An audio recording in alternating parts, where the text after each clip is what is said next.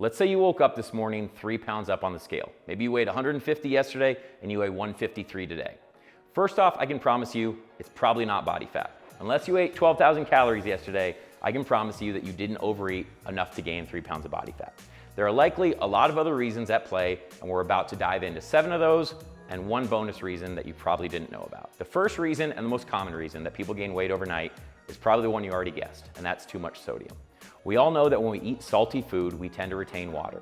This is because of an increase in something called ADH, or antidiuretic hormone. It does exactly what it sounds like. Diuretic makes you pee, antidiuretic makes it so you don't pee. When we eat sodium or we don't take in enough water, our body elevates ADH and causes us to retain water. The easiest way to get rid of this water retention might seem a little counterintuitive, but it's to drink more water. So what you can do if you know you're gonna be going out for a salty meal is really make sure you prioritize water earlier in the day. And if maybe you forget to do that, or maybe you get caught out at night, make sure you're drinking plenty of water with that salty meal, and first thing in the morning, get on top of pounding water. That's what's gonna help get that ADH depressed and get the water out of you a lot faster. Reason number 2 that the scale might have jumped, that is gut contents. That is food in your stomach. This means that you might have eaten something that was a little bit larger last night. Maybe you're in a diet, so you're creating a lot of volume with your meals.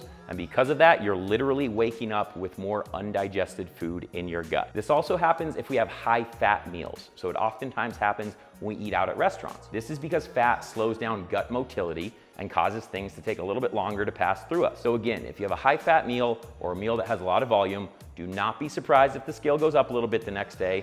Listen to your body, listen to your hunger cues, drink plenty of water to get that stuff moving through you, eat some fiber today, and I promise you in a day or two, the scale is gonna be right back down. Reason number 3, and this is probably the second most common one after sodium that I get from people, and that is from inflammation related to soreness in your muscles.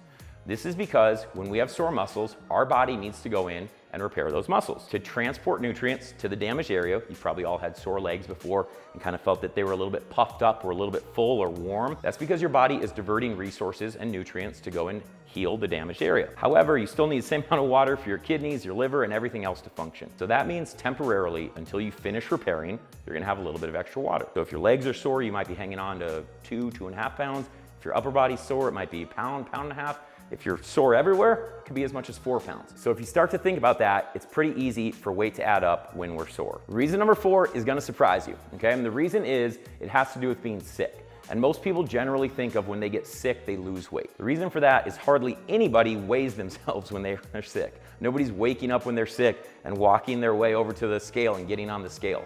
However, my clients who do weigh themselves every day, and obviously people get sick, notice that the scale goes up when they're sick. This is for the same reason as soreness-related inflammation, and that is because your body is fighting off an internal infection, so it has internal inflammation. Until that infection is beat, your body is going to have some additional water retention. What I recommend is obviously drinking plenty of water and scaling back the resistance training a little bit when you're sick. The reason for this is your body is already trying to fight off one thing. The last thing we need to do is take away some of its repair capabilities to go and fix your biceps while you're trying to get better. So maybe dial it down on the resistance training a little bit, drink plenty of water, and then as soon as you're better, I can promise you the scale is gonna come right back down. Number 5 is one you probably wouldn't normally think about, but again, it can play a big role.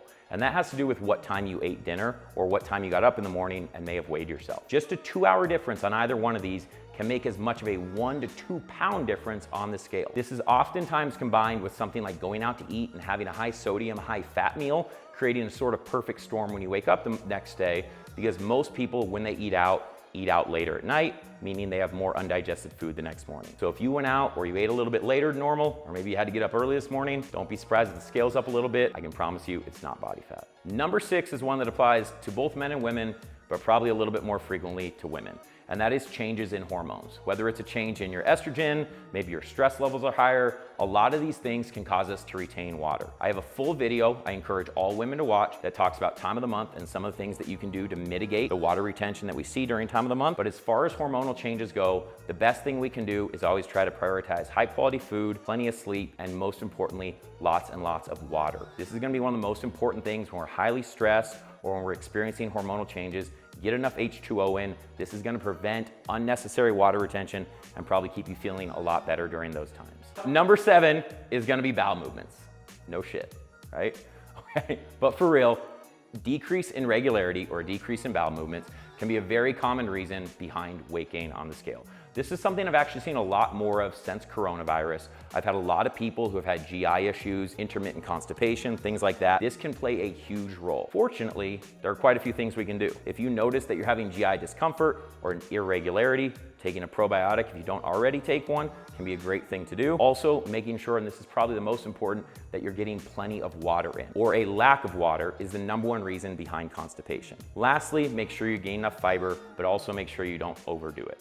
A lot of people think that they're just gonna go all in and eat tons of fiber. This is gonna have the opposite effect. So make sure you're drinking enough water, getting a good amount of fiber in, keep your bowel movements regular. If they're still not good, either reach out to a specialist or potentially try throwing in a good high quality probiotic. And the last one, this is the bonus that I promised, and this one's a little bit different because it actually tricks you, but this is probably one of the most important ones for you to listen to, and that is alcohol consumption. And the reason is because on most days where people drink alcohol, they will wake up the next day 9 times out of 10 down on the scale. And usually when we consume alcohol, we're over consuming because we're going out, we're having fun, we're doing things, or we're simply giving up calories to liquid. So why do we go down on the scale the next day? The reason is because alcohol dehydrates us. The problem is this can sometimes trick people into thinking that they didn't do as bad as what they did the night before. So maybe you go out with friends, you overeat, you overdrink, and you wake up the next morning and you actually feel like you look really good. You feel really lean. So you get on the scale, it says you dropped 2 pounds. Well, now you're like, hey, I didn't do too bad. Let's go get brunch. Let's go out to dinner tonight. And then all of a sudden you wake up on Sunday morning and you're up like 8 pounds from what you were on Friday. And you don't understand because you were down 2 yesterday. The reason is because alcohol causes temporary dehydration. What this is gonna do is elevate your antidiuretic hormone, and then that next day, when you're trying to rehydrate, pound water, and eat food, it's all just sticking to you. Now, 2 days later, we get the post-inflammatory effect of alcohol, and you see all the damage that you've done over the weekend. First and foremost, try not to overdo it with alcohol. If you're going to, understand the next day, you might not see the effects of it, so listen to your body the next day, drink plenty of water early and often. It's gonna be the fastest way to get the weight back down and not have that post-alcohol consumption inflammation 2 days later. Thank you again so much for taking the time to watch this video. I hope some of these tips have been helpful. If you know anyone else who has ever dealt with any of these things, or maybe someone who's dealing with them right now, please send this video to them. You know how much I love to help people, and don't forget to subscribe and like below.